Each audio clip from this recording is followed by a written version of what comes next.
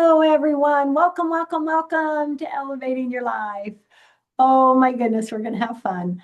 I have a wonderful guest to share with you, and so happy to have all of you joining us. We have with us today Sue Bushell.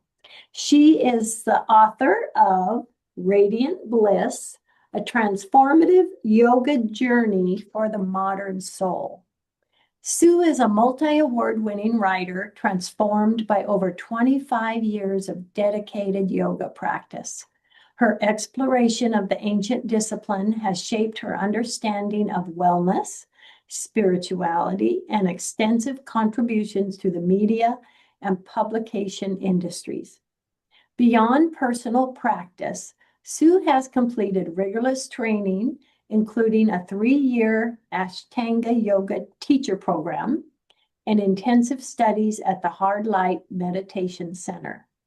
These experiences ground her approach in both traditional and contemporary wisdom. Drew Yoga, a dynamic and holistic style with roots in Gandhian philosophy, has been her focus for the past 15 years. She is a certified Drew yoga and meditation teacher, specializing in kids and teens with advanced studies in postgraduate mastery and steps to enlightenment. Welcome, Sue. So happy to have you here. Thank you so much for having me, and it is a joy to meet you.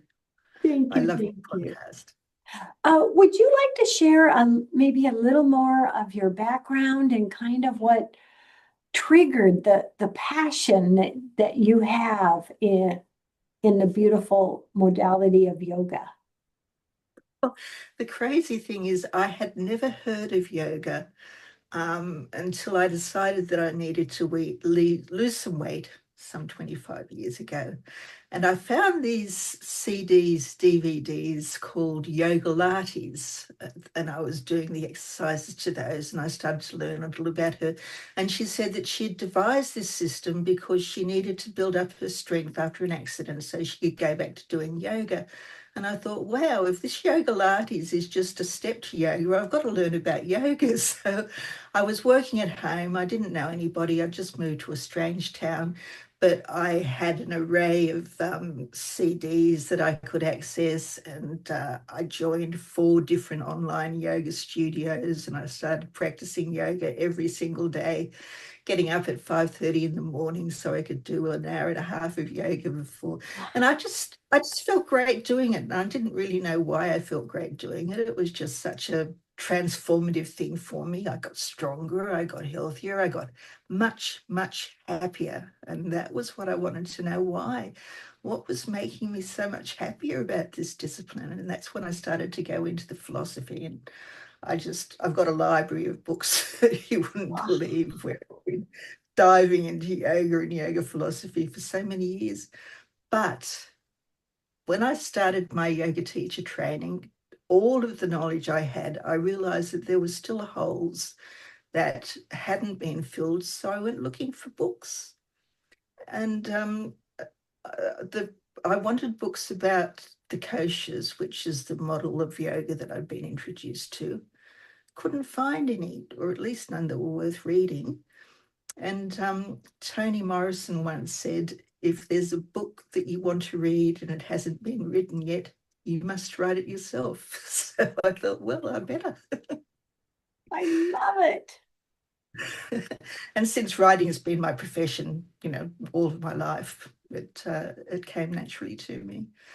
And frankly, all of that teacher training, I've never wanted to stand up in front of a class and teach. I'm just not that person, but I passionately want to teach by way of my writing. So that's what I'm trying to do. Oh, I love it. I love it. And actually, there is a lot of research and scientific studies that back yoga practices. Tell us a bit about that.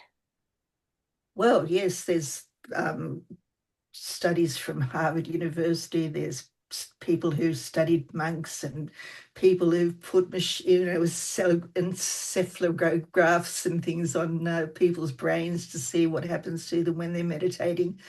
But really, the proof is in the pudding. I think people just take it up.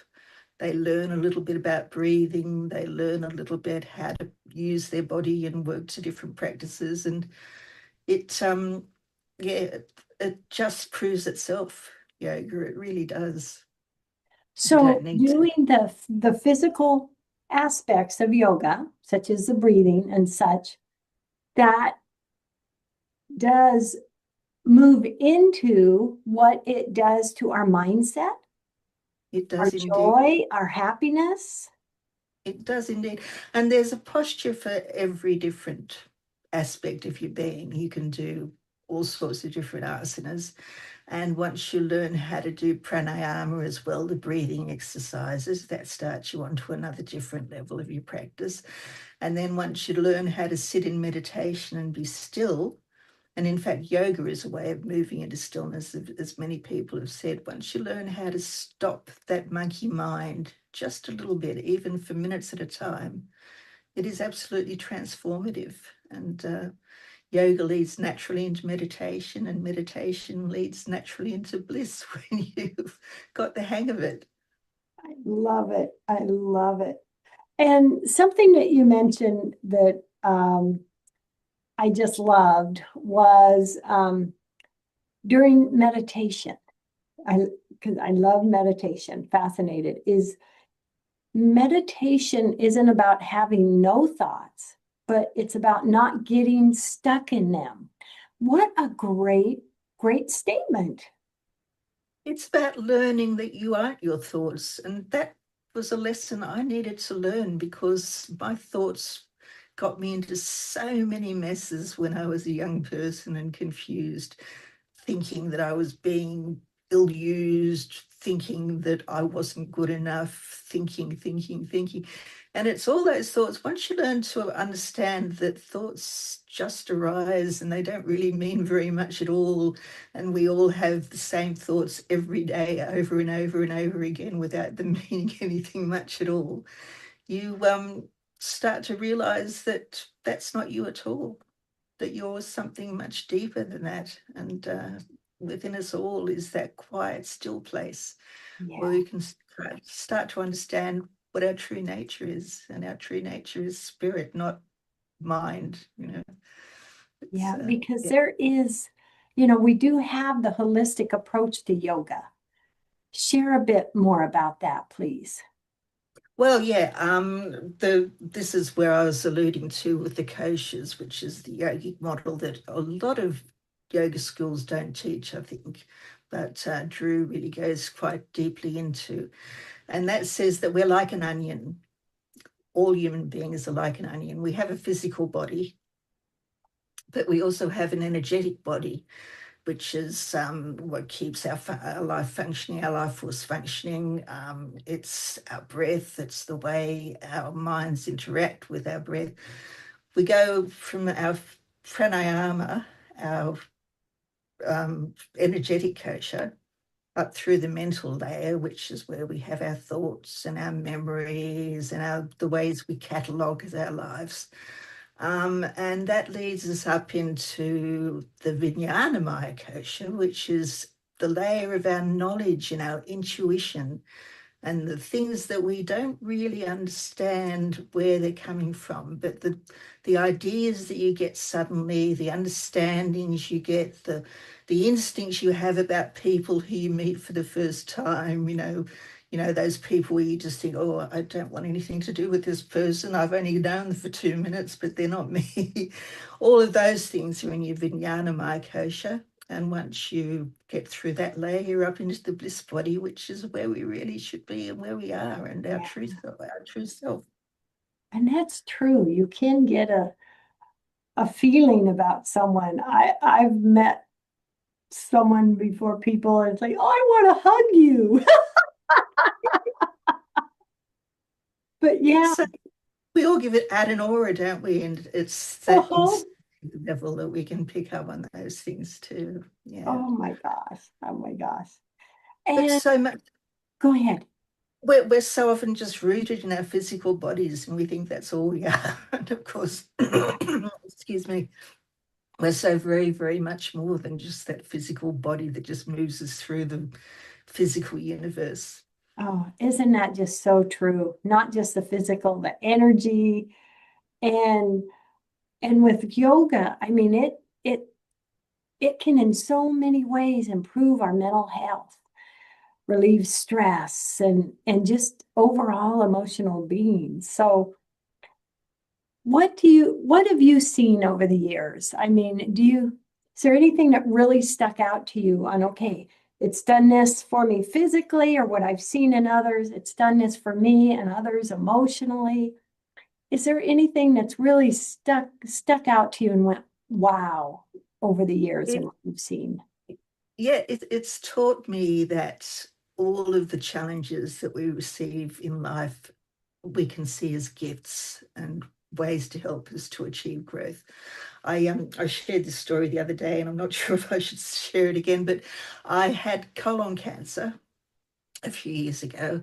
I had surgery to remove my sigmoid colon, and then I had 6 months worth of chemical therapy that chemotherapy that was just totally destructive of my physical health. I ended up in intensive care after the last treatment, and I was in there for 5 days because I had no magnesium, no potassium, nothing left in my body at all, because I just couldn't eat, couldn't drink. Anyway, I went through this incredibly physically demanding and traumatic experience. And then I put it behind me, and I was talking to somebody a while ago about my book. And I suddenly realized I forgot to mention that. I went through that whole experience and it just went so far behind me. It just left me so untouched in the essence of my being that I forgot to relate that story in the book at all. And I'd just put it Wow. behind me completely. And I Yeah, don't think many people can do that unless they've got something like yoga that can give them that mental outlook that says, be grateful, you know, yeah, something that life sent you because you need to learn something from it. So appreciate it. yeah, And that's what I've been doing. yeah. Oh my gosh, Sue, you are amazing. Oh, Sue, that is something. And for those that like, oh, are thinking, oh gosh, I have such a busy life. I have so much going on. I would love to do this, but I can't fit that in my schedule. How do I do it? How how is it that even with a busy schedule, we can work in yoga and the benefits and make life-changing, you know, beautiful things come into our life and affect us? If you can't find time to do yoga and if doing meditation is difficult, at least try to spend some time in nature every day if you possibly can. It isn't easy in an urban environment, but when I was working in an office for the last few years of my career, I made a point every single day of going into a park at lunchtime and just spending a few minutes in the park. Step outside, step onto the grass with bare feet if you possibly can, and just spend a little bit just connecting with the earth beneath your feet, connect with your breath, Mm. notice the sun and the sky up above, and be grateful for the life that you've been given. And I just think that's yoga too. You know, it's not just physical postures, it's the way we live our life and the way we adapt to our urban and busy communities. It's not easy, but it's valuable to do that. I love that. I love that. That's yoga too. Oh, how would you say your yoga book, Radiant Bliss, is different from other yoga books? There are a lot of yoga books that just talk about the postures. There are other yoga books that talk about the philosophy. But what I wanted to do was to just be a blend and just introduce yoga in a holistic way so that people can understand just how comprehensive a discipline it is. I don't think even many yoga teachers fully understand the depth of the philosophy, and I love yoga philosophy. I love what the rishis, the ancient yoga scientists, managed to understand and uncover in their lives as they sat there in meditation in the forests. And I just wanted to share so much more of that so that people, teachers can share more with their students and people who are like me, practicing obsessively at home, can have a little bit more depth to what they're doing with their practices. So I give a lot of different practices, just little simple things that people can do. I encourage people to read a lot of yoga texts, read the Gita. That's always a valuable thing to do if you can read the Gita every day. So I introduce those kinds of things, and I give a little bit of my own personal story. Yeah, I think it's a valuable book, and I just hope that it's going to shine a light on a lot of lives all around the world. That's my aim.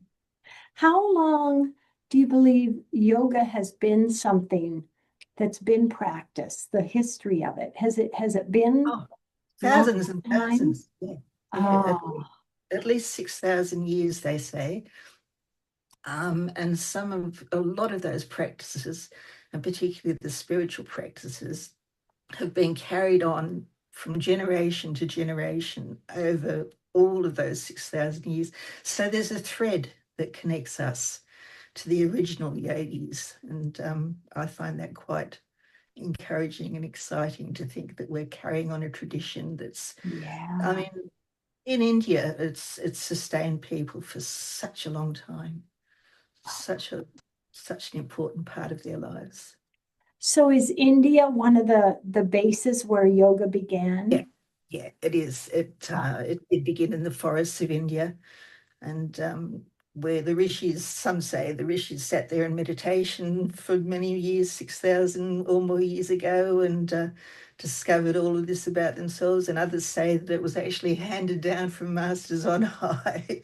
I'm not going to get into that argument. You can believe what you want. uh-huh.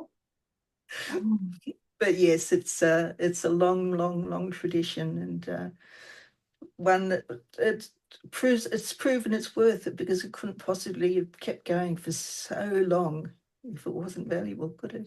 yeah. And isn't it Anybody, amazing how it yeah, has anybody. spread worldwide and benefits Phenomenal. people worldwide at this point? Yeah, I think there was a congress in about 1900 and something or other, where a spiritual congress, where some very great yogis came over to the West and introduced it to the West for the first time. And of course, it took off like wildfire, because why wouldn't it? Oh, Yeah. I love it. I love it. And you share so many great points and information and yeah, so many great things in the book. So I I'm I I'm assuming this book is fantastic for beginners as well as experts in yoga. I mean, it has something for everyone. That was the aim, I think, to make sure that it touched everybody who had an interest in yoga, so that, yeah, it's got something to offer. But even beginners can get a lot from it, I think. Yes, yes. Uh, what what would you say are it, some of your greatest goals and dreams with this book? And then also, do you think you'll be writing another book? I'm actually, goals and dreams, I just wanted to touch as many souls who are receptive to it. I think yeah, it will be nice. I mean, it's incredibly challenging these days. You know yourself, Paula, there are so many books out there, and one being published every minute or something ridiculous like that. So you can only hope that it can reach the right hearts. But yeah, I'm actually working on a course called The Gods Within, which is also about yoga philosophy. Oh, And it looks at the archetypes of Hindu yoga philosophy. And then I'm connecting those to people in modern day life and ancient day life who embody those archetypes. So it's, yeah, I think it's quite a fun course. And I've put some AI in there so people can, it's not oh your my launch, goodness. but people will be able to consult, an AI guru to ask them about any spiritual questions they have. That was quite fun working on that. Wow. Well, What Deepak Chopra has just written a book where he talks about AI as being a spiritual guru. I can't remember what he called it, but yeah, I think really? Really? it Wow. has a lot.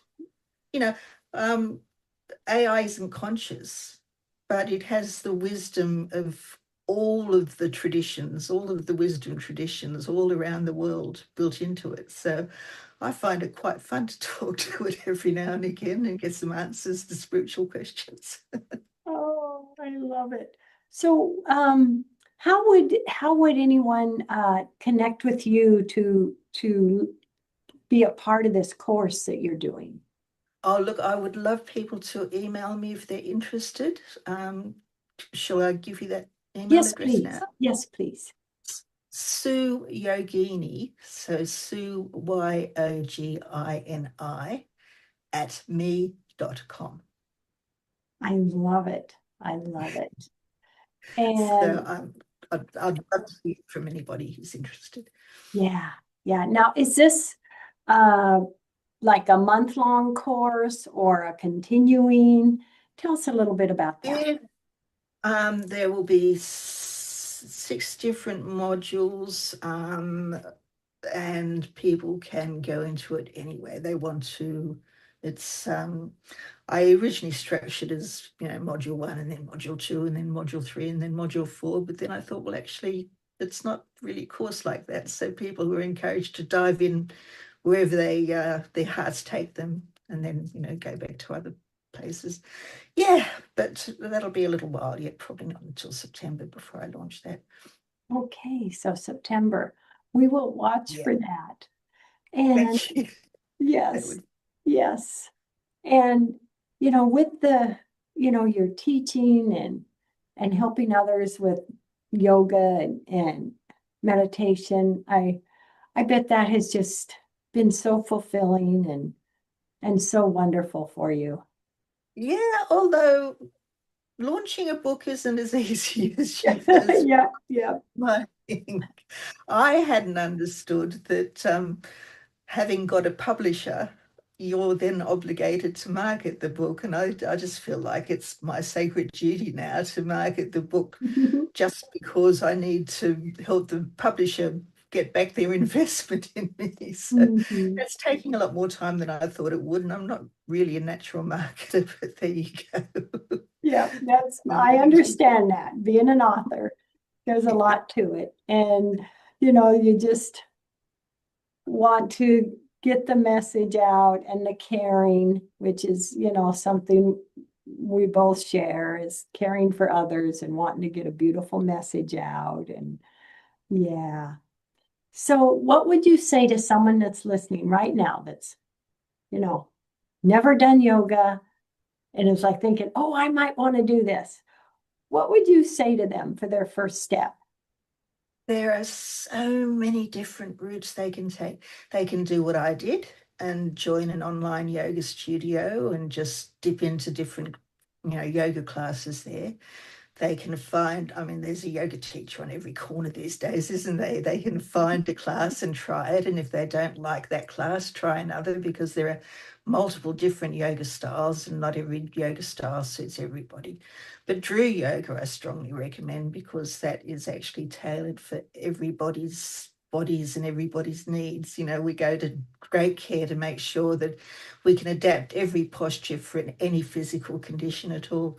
I was going to say, speaking of that, I should share a story from Radiant Bliss as well, about a dear friend of mine who is a yoga teacher, who came to her first yoga class with multiple sclerosis. She was in a wheelchair, couldn't feed herself, had to, have total carers, and she sat at the back of this 9 module yoga class. And for the first 5 weekends, 4 or 5 weekends, I think, she sat in the wheelchair and she visualized doing the postures.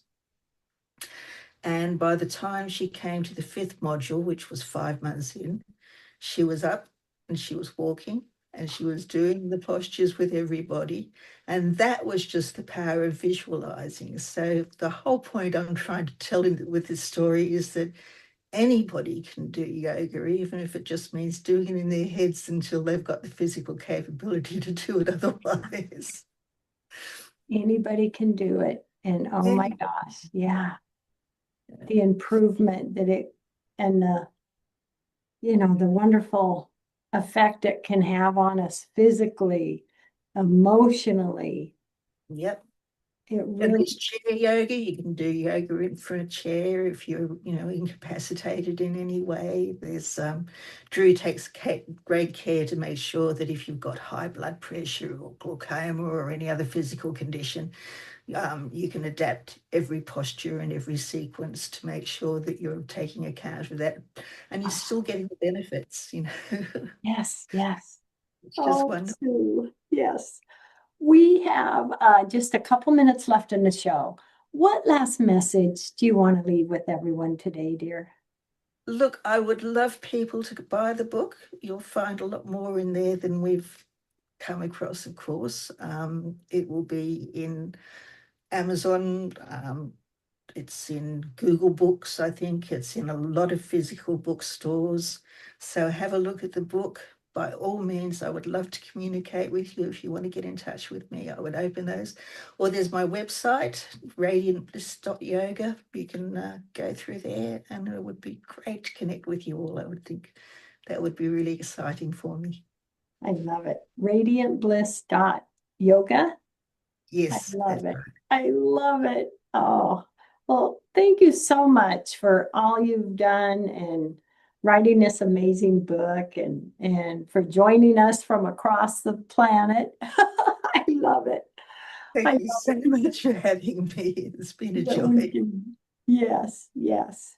And I just have to say it's so fascinating, Sue, how people can begin with yoga and see such a transition in their physical abilities. I Absolutely. mean, that really says something. It does. And It then on does. top of that, what it does for us emotionally, oh my gosh, it is a Because beautiful you can learn to change your emotions, and that's one of the other things that yoga and my book teach you is how to master your emotions and how to change them so that you're not subject to them. thing. Oh, well, thank you, my energy sister. This has been so fantastic. I'm just so happy to share you with everyone. Love, Thank you hugs, and so much. blessings. Everybody out there, love, hugs, and blessings. Have a Thank you. fantastic day. Thank you so much. Thanks. Bye. Bye, dear.